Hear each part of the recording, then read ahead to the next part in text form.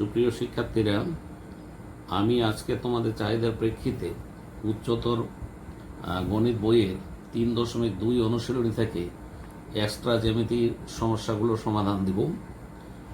ইতিমধ্যেই আমি 9 নম্বরটি তুলে ফেলেছি। তোমরা আমার এখানে আঁকা এই এবিসি ত্রিভুজের ছবি দেখে এবং এই লেখাগুলো বই থেকে দেখে কিংবা খাতা থেকে দেখে লিখে দাও।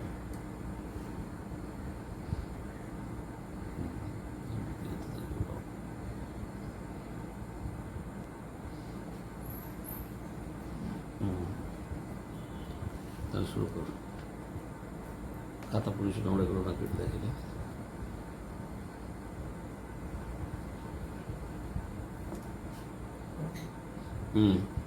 এখন আমরা প্রমাণে যাব। প্রমাণ আমরা প্রথমত এই দুটি অংশ সমান প্রমাণ করার চেষ্টা করব, আর এর জন্য আমরা ছবিতে এখন এগুলো দাগ দিয়ে দেখব কোন দুটি ত্রিভুজ নিয়ে আমাদেরকে এই কাজটি করতে হবে। সেই জন্য আমি দেখাচ্ছি AO, OD, BO, OE। তাতে করে দেখা যাচ্ছে এই বাহুগুলো যে দুটি ত্রিভুজের মধ্যে আছে তার একটির নাম হলো AOE এবং অপরটির নাম হলো BOD। এখন আমরা এই দুটো ত্রিভুজের কোণের মিল খুঁজব, এবং কোণের মিল আমরা এভাবে খুব সহজে এটাতে খুঁজে পাচ্ছি। যেমন AOE ত্রিভুজে এই কোণটি এক সমকোণ, কারণ BE AC এর উপরে লম্ব। তেমনি করে BOD ত্রিভুজের BDO এই কোণটিও এক সমকোণ, এজন্যই যে ADও BC এর উপর লম্ব। আবার আমরা যদি AOE ত্রিভুজের দিকে তাকাই, তাহলে এই ত্রিভুজের AOE কোণ আমি একটি চাপ দিয়ে চিহ্নিত করলাম। BOD ত্রিভুজের BOD কোণ, এই দুটিও পরস্পর সমান। এই কারণে এরা বিপরীত কোণ হিসাবে পরস্পর সমান। তো আমরা এইগুলো এখন প্রমাণে লিখব এভাবে যে AD লম্ব BC এবং BE লম্ব AC। এটি প্রশ্নানুসারে।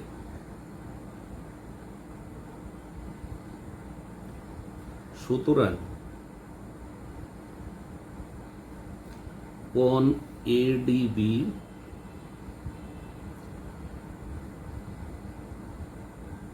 কোণ ADB ইকুয়াল কোণ AEB।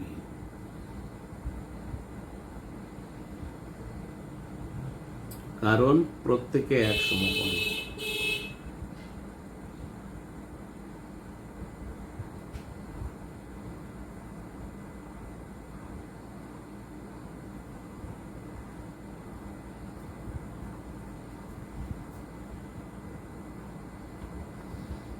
অর্থাৎ এখন এই কোণগুলো আমরা ত্রিভুজের মধ্যে ফেলার জন্য ADB এই কোণটিকে লিখব ODB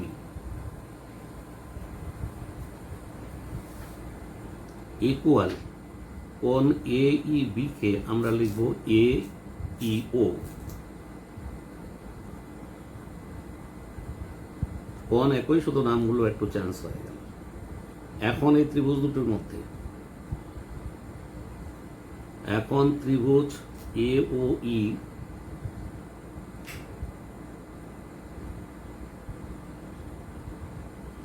এবং ত্রিভুজ BOD,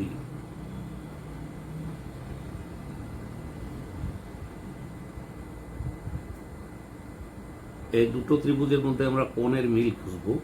কোণের মিল আমরা আগেই ঠিক করে নিছি, সেগুলো এখন শুধু এখানে লিখব। কি AOE ত্রিভুজের AEO কোণ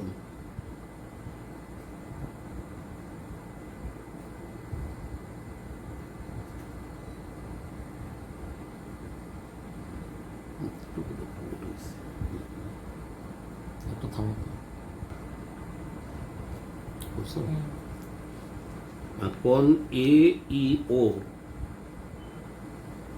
ইকুয়াল ও ডি বি, এখানে আমরা লিখব পূর্বে প্রমাণিত। আর কি কোণের মিল আছে? খুব সহজে আমরা মিলটা চিহ্নিত করে রেখেছি আগেই। কোণ এ ও ই এবং কোণ এ ও ই ইকুয়াল কোণ বি ও ডি। এটা কি কারণে সমান? এই কোণ দুটো হলো বিপ্রতীপ কোণ।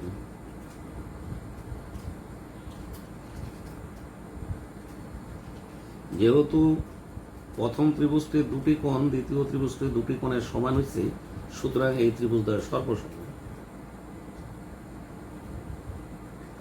সুতরাং ত্রিভুজ এ ও ই এবং ত্রিভুজ বি ও ডি সর্বসম, মানে সর্বসম না সদৃশ।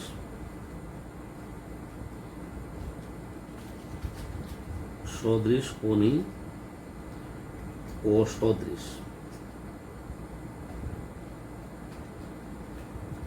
এখন আমরা আরেকটু ছবিতে যাই। এখানে কোণ এ ই ও আর কোণ ও ডি বি পরস্পর সমান, যাদেরকে সমকোণ দিয়ে চিহ্নিত করা হয়েছে।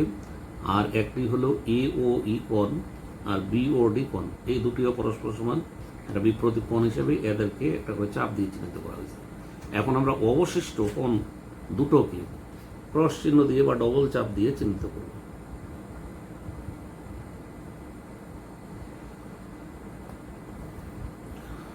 এখন লিখব সুতরাং ইহাদের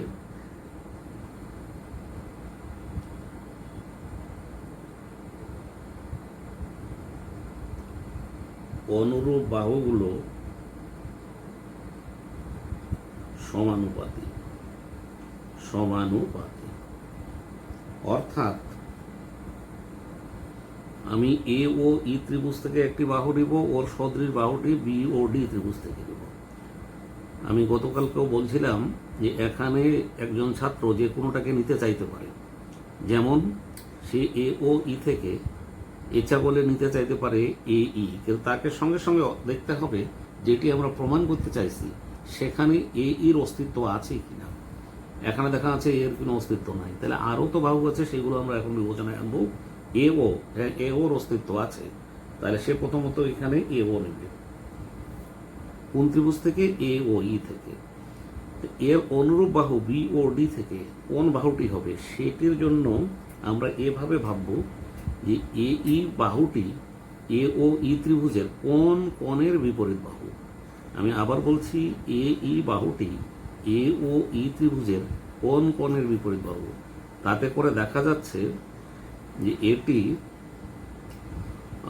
এ ও ই মানে এক চাপ চিহ্নিত কোণের বিপরীত বাহু। ভুল বললাম, আমি একটু কারেকশন করে নিচ্ছি। এ ও, আমি এ ই নেই, ভুলবশত এ ই বলা হয়েছিল। এ ও হলো সমকোণ চিহ্নিত কোণের বিপরীত বাহু ওই ত্রিভুজে। তাহলে এই ত্রিভুজে আমাকে এখন দেখতে হবে সমকোণ চিহ্নিত কোণের বিপরীত বাহুর নাম কি। তাতে দেখা যাচ্ছে সমকোণ চিহ্নিত কোণের বিপরীত বাহুর নাম হলো বি ও। এটি হলো এই ত্রিভুজের জন্য অনুরূপ বাহু। এখন আমরা এ ও ই ত্রিভুজ থেকে কোন বাহুটি নিব? আমরা আগেই দেখছি যে এর কোনো অস্তিত্ব নাই, এ ও অলরেডি নিয়ে নেওয়া হয়েছে, তাহলে আর কি আছে? ওই। তবু আমরা এটা দেখে নিব ওই এর কোনো অস্তিত্ব আছে কিনা। আছে। কাজেই এখন এ ও বি ত্রিভুজ থেকে যদি ওই নেই, ও ই, এটি হলো দুই চাপ চিহ্নিত কোণের বিপরীত বাহু। তাহলে এখানে দুই চাপ চিহ্নিত কোণের বিপরীত বাহু হলো ওডি। এই ওডি হলো অনুরূপ বাহু। এখন আমরা এটা আর গুণন করলে পাবো, সুতরাং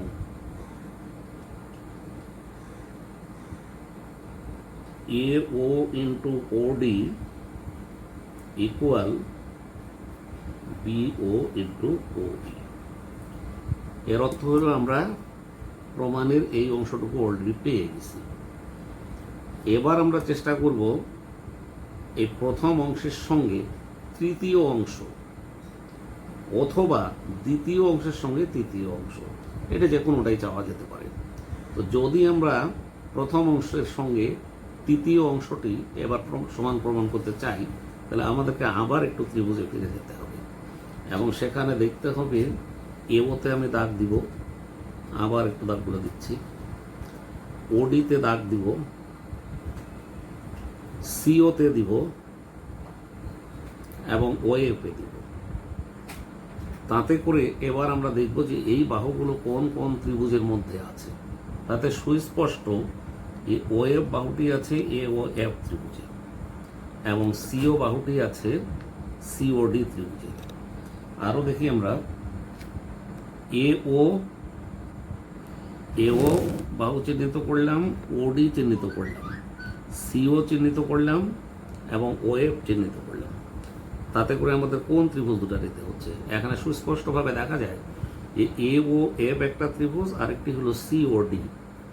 এই সিওডি এই দুটো ত্রিভুজ নিয়ে যদি কাজ করি আমরা, তাহলে এবার প্রথম অংশের সঙ্গে তৃতীয় অংশ সমান প্রমাণ করতে পারবো। আমরা শুরু করি, এখানে একটু ভেবে নেই কিভাবে করা যেতে পারে। সেটা হলো এ ও এফ ত্রিভুজ, এই ত্রিভুজে এটি হলো এক সমকোণ, কারণ সিএফ ছিল এ বি এর উপর লম্ব। আর সিওডি ত্রিভুজে এই এডি এই কোণটি হলো এক সমকোণ, কারণ এডি এর উপরে লম্ব। আর হলো এ ও এফ ত্রিভুজে এ ও এফ পদ সিওডি ত্রিভুজের সিওডি কোণের সঙ্গে সমান। কি হিসাবে? এটা বিপ্রতীপ কোণ হিসাবে। তা আমরা এগুলো এখন ভাষায় লিখি।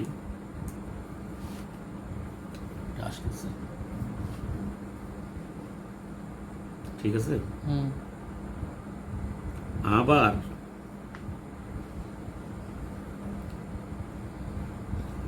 এডি লম্ব বিসি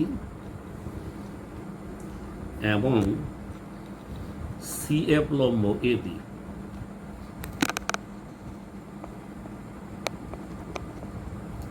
সুতরাং কোণ এডিসি ইকুয়াল কোণ এএফসি।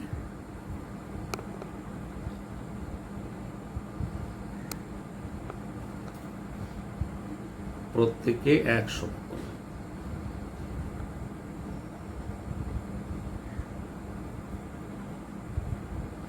অর্থাৎ এই কোণগুলোকে এখন আমরা ত্রিভুজের মধ্যে ফেলার জন্য আংশিক নাম পরিবর্তন করব, এডিসি না বলে আমরা এখন এটাকে বলবো ওডিসি। আর যেটা ছিল এএফসি না বলে আমরা বলবো এএফও। তাহলে কোণগুলো ত্রিভুজের মধ্যে সীমাবদ্ধ থাকে। এখন এই ত্রিভুজ দুটোর নাম লিখি। এ ও এফ ত্রিভুজ এ ও এফ এবং ত্রিভুজ সিওডি এর মধ্যে কোণের মিল কি কি আছে এটা আমরা খুঁজবার চেষ্টা করব। তার মধ্যে আমরা দেখতে পাচ্ছি উপরে যেটি আমাদের লেখা আছে যে এ এফ ও কোণ ইকুয়াল ওডিসি কোণ। এটা কি হিসাবে? এটা হলো পূর্বে প্রমাণিত। আর আমরা সেটা অলরেডি দাগায় রেখেছি। এ ও এফ কোণ, এ ও এফ ত্রিভুজের এ ও এফ কোণ ইকুয়াল সিওডি ত্রিভুজের সিওডি কোণ। এরা বিপ্রতীপ কোণ।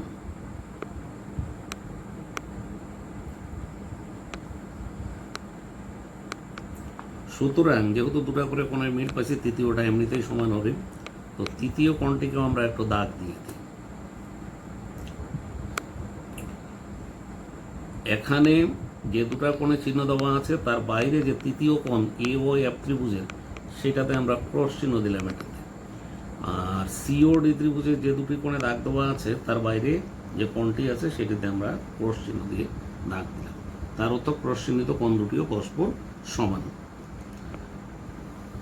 এখন আমরা লিখব যেহেতু একটি ত্রিভুজে দুটি কোণ অন্য আরেকটি ত্রিভুজে দুটি কোণের সমান হচ্ছে, অতএব এই ত্রিভুজদ্বয় হবে সদৃশ্য কোণী। সুতরাং ত্রিভুজদ্বয়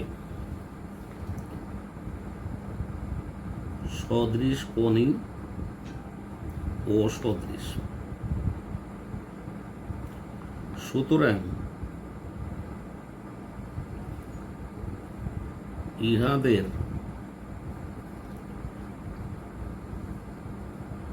অনুরূপ বাহুগুলো সমানুপাতি, অর্থাৎ আমরা এ ও এফ ত্রিভুজ থেকে যদি এ ও বাহু নেই, নেওয়ার সময় আমরা দেখবো অস্তিত্ব আছে কিনা, আছে, তাহলে এ ও বাহু। এখন আমরা ভাববো এ ও বাহু এ ও এফ ত্রিভুজের কোন কোণের বিপরীত বাহু, তাতে সুস্পষ্ট যে এ ও বাহুটি সমকোণ চিহ্নিত কোণের বিপরীত বাহু। তাহলে আমরা এখন সিওডিতে খুঁজবো সমকোণ চিহ্নিত কোণের বিপরীত বাহুর নাম কি। এখন দেখা যাচ্ছে সমকোণ চিহ্নিত কোণের বিপরীত বাহুর নাম সিও। এবার আবার এ ও এফ ত্রিভুজের কোন বাহুটি নেব। যদি আমি এ এফ নিতে চাই তাহলে দেখব প্রমাণে এ এফ এর অস্তিত্ব আছে কিনা। এখানে সুস্পষ্ট যে এ এফ এর কোনো অস্তিত্ব প্রমাণে নেই। তাহলে এবার ও এফ নিতে চাই, ও এফ এর অস্তিত্ব আছে কি, হ্যাঁ সুস্পষ্ট দেখা যাচ্ছে তৃতীয় টার্মটিতে ও এফ আছে। তাহলে এ ও এফ ত্রিভুজ থেকে এবার আমরা ও এফ পাবো, এবং সিওডি ত্রিভুজ থেকে আমরা কোন বাহুটি নেব ওর অনুরূপ। এখন আমরা ব্যাখ্যা করব ও এফ কি। ও এফ হলো এ ও এফ ত্রিভুজের ক্রস চিহ্নিত কোণের বিপরীত বাহু। তাহলে সিওডিতে ক্রস চিহ্নিত কোণের বিপরীত বাহুর নাম কি, ওডি। এভাবে অনুরূপ বাহুটি নির্ণয় করতে হয়, ও ডি। এখন আর গুণন করলে আমরা পাই AO into OD equal CO into OF। আমরা প্রথম অংশের সঙ্গে তৃতীয় অংশটি প্রমাণ করতে সক্ষম হয়েছি। তার আগের প্রমাণে আমরা প্রথম অংশের সঙ্গে দ্বিতীয় অংশটি প্রমাণ করছি, যার অর্থ হলো তিনটি অংশই সমান। সুতরাং AO into OD equal BO into OE এবং ইকুয়াল CO into OF। এটি আমরা প্রমাণ করতে চাইছিলাম, প্রশ্নে এটি ছিল প্রমাণিত। এখন কেউ যদি প্রশ্ন করো যে স্যার এটা সাধারণ নির্বাচন বিশেষ নির্বাচন কি হবে না, তার উত্তর হলো না। এটা সরাসরি প্রশ্ন থেকে ছবি আঁকতে হবে এবং যেটি দেওয়া আছে সেটি দেওয়া আছে দিয়ে লিখতে হবে। এখানে কোনো সাধারণ নির্বাচন বা বিশেষ নির্বাচন হবে না। বলতে পারো কোথায় হবে কোথায় হবে না, তার উত্তরটি হলো যদি প্রশ্নে ত্রিভুজের নাম উল্লেখ করা থাকে, কে কার উপলম্ব কি হলো না হলো সেগুলো উল্লেখ করা থাকে, কি প্রমাণ করতে হবে তা যদি উল্লেখ করা থাকে প্রশ্নের মধ্যে, তাহলে সাধারণ নির্বাচন এবং বিশেষ নির্বাচন নামক এই টার্ম দুটি হবে না। সরাসরি প্রশ্ন দেখে ছবি অঙ্কন করে যেটি প্রশ্নে দেওয়া আছে সেটিকে দেওয়া আছে আকারে লিখে তারপর যদি অঙ্কনের প্রয়োজনীয়তা থাকে তাহলে অঙ্কন করতে হবে, না হলে সরাসরি প্রমাণে চলে যেতে হবে। এবং আশা করি আমি প্রমাণটি সবাই হয়তো বুঝতে পারছো। তো আজকে এ পর্যন্তই। কোনো অসুবিধা থাকলে, যদি এই প্রমাণে কোনো অসুবিধা থাকে তাহলে তোমরা ফোন করে কিংবা আমার ফেসবুকে কমেন্ট করে জানাতে পারো, আমি সেটার উত্তর দেওয়ার চেষ্টা করব। সকলকে ধন্যবাদ।